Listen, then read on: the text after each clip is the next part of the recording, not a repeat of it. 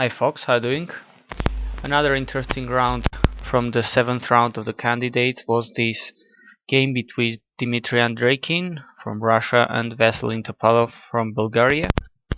And really a curious game, quite a short one, in which we're gonna see one player attacking, very interesting and principled sound way, and another one defending. So let us see which of these players was rewarded, what was going on.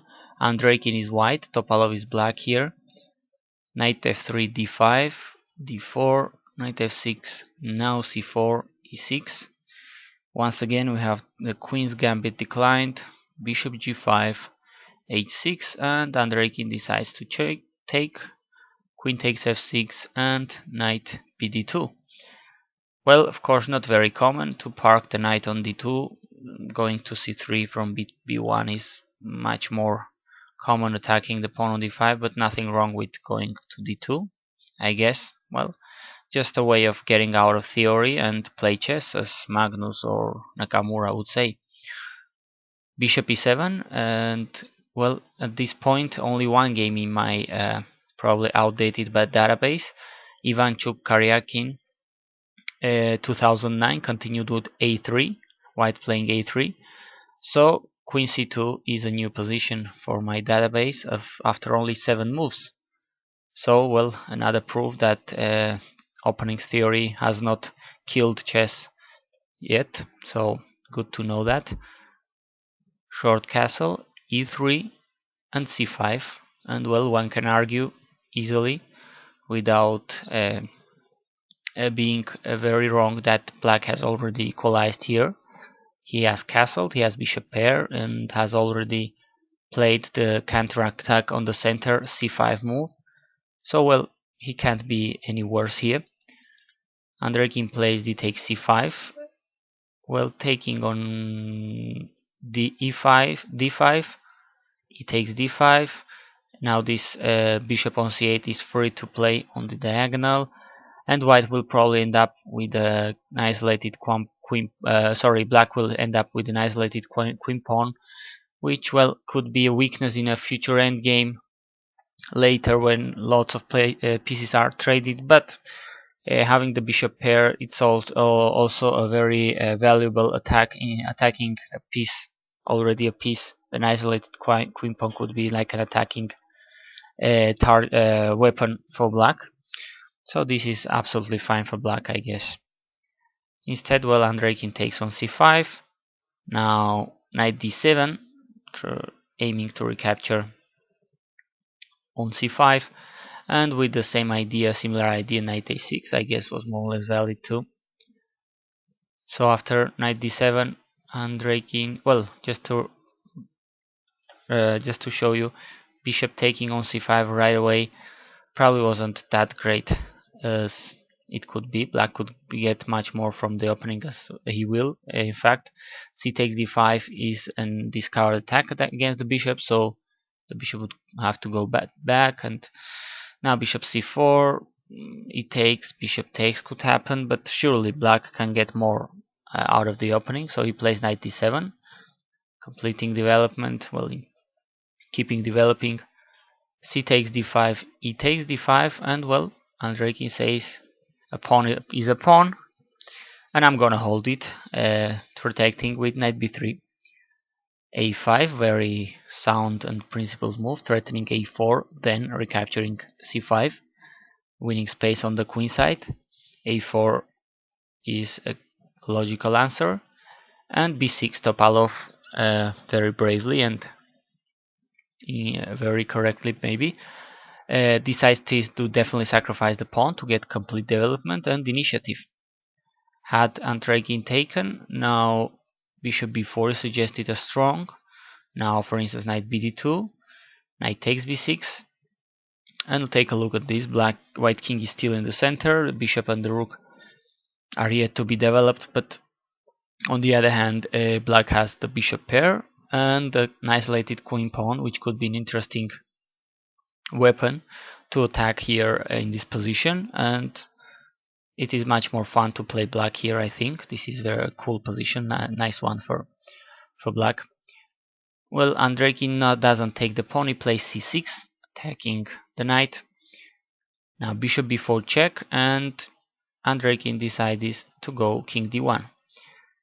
Let us see other options. Both of them were protecting the check with the knight, and it doesn't make that much difference what knight it is.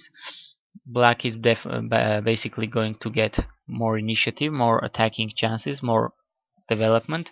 For instance, if knight bd2, knight c5, now bishop e5, bishop f5 is a possibility, knight e4 is a possibility, strong knight on e4, and if knight f to d2, well, knight c5 still possible, because if knight takes, queen takes c6, there is a strong pin on the c file. Black is going to recover his piece, and we'll have, after say bishop b5, queen c7, whatever, black takes the knight with the pawn. Black will have a nice looking bishop pair and a couple of strong pawns, hanging pawns, but still interesting looking pawns on d and c5. Well, Andreikin opted just to move the king, and with similar ideas to what we just saw, knight c5 here, played by black. We're gonna see now definitely Topalov on attacking mode, something he surely knows how to do, and Andreikin defending what seems to be a little unpleasant position, although still a pawn up, but no, really it's easier to attack than to defend. But well, we saw him yesterday defending very well, very accurately. In the previous round, better said, against Aronian, he was defending really accurately and very well, cold-blooded. So nothing that strange to see if Andreikin hold this, and let us see what happens. Knight db4, knight bd4. Sorry. So now the knight, for instance, controls the f5 square, centralizes a good piece, defends the c6 pawn. So well, white is just trying to hold everything together. Knight e4, black does more or less the same, centralizing a piece, improving pieces. Bishop b5, at least white keeps his pawn and hopes he hasn't missed any killer attack against his weak looking king. White also develops a piece, of course, with bishop b5.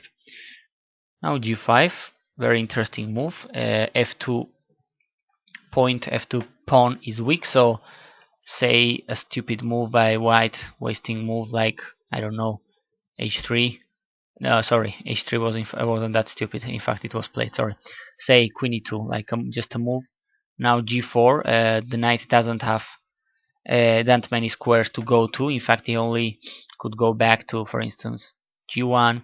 And now knight f2 is very strong, forking rook and king. So it isn't. White just must definitely be careful. He can't just make careless moves, because his king is in the center. Black has centralized strong pieces. His king is really weak, so lots of care must be taken of this white king. h3. I apologize to Dmitry Andreikin. This is not stupid at all. This is very logical. Stopping g4 and h5. Well, at this point, Engine says white is slightly better, but almost anyone in the world would find black's position much easier and fun to play. Attacking is seems much easier than defending, and this is a very interesting position to play with black. Attacking white's king in the center, having bishop pair, nice looking knight on e4. Well, objectively speaking, the Engine may say whatever they want, but this position is much more fun to play with black, I think. King c1. Andreikin's king just escapes the battlefield to the security of the bunker to a2. Bishop c5. It seems Topalov isn't finding the very most correct moves to get in, and really white's position, as loose as it could be, as it may seem, it seems he is holding everything together. Now king b1, rook e8. You don't see really a GM's king in a candidates tournament running like this very commonly, do you? And king a2, mission accomplished. Now the king is breathing safer. Rook a7 to double up rooks anywhere in some moment, but really it is really frustrating here to see Topalov not finding any really breakthrough to break through the white's position, but really it seems everything is holding just by miracle, but everything is just holding for white. Rook a d1 centralizing, king f8, rook f1 from h1. Remember, f2 was very vulnerable. King g7. It's a pity. It's a shame seeing Topalov fighting here, like to find really something defense, at least dangerous or anything concrete. But he's failing to do so. King a1, bishop f8. Knight e2 is a strong move. Now white says I could even take second pawn, and in fact now it seems black can do really not that much to avoid losing a second pawn, which will be basically at the end, because it will be over because black is really not finding any clear path through, and now white's king is much safer than it was in d1 or e1. Rook d8 defending, but now h4. Well, white even thinking about attack, because after g4, knight f4, of course taking on f3, not that a great idea. White is threatening a fork, a royal fork between the king and the queen on h5. So king goes back, but now the knight takes on d5, attacking the queen. Next move, this knight on f3 will go whatever, d4, g5. And well, maybe surprisingly and probably very frustrated, Topalov resigned at this point. Only 27 moves have been played, of which lots of them, I mean, how many of them? 1, 2, 3, 4 or 5 moves, maybe more, of white's move have been moves of the king, just escaping the battlefield, harassed by black's threats. Well, a strange looking game, and kudos to Andreikin, of course, for holding this position. Really great defensive resources, skills for him, like in the previous round against Aronian. He played really well there, holding a very tough position. Well, a pity for Topalov, but surely he will come back. He's a great fighter. He's a brave attacker. So we will surely see his comeback in his usual attacking games. Thanks for watching.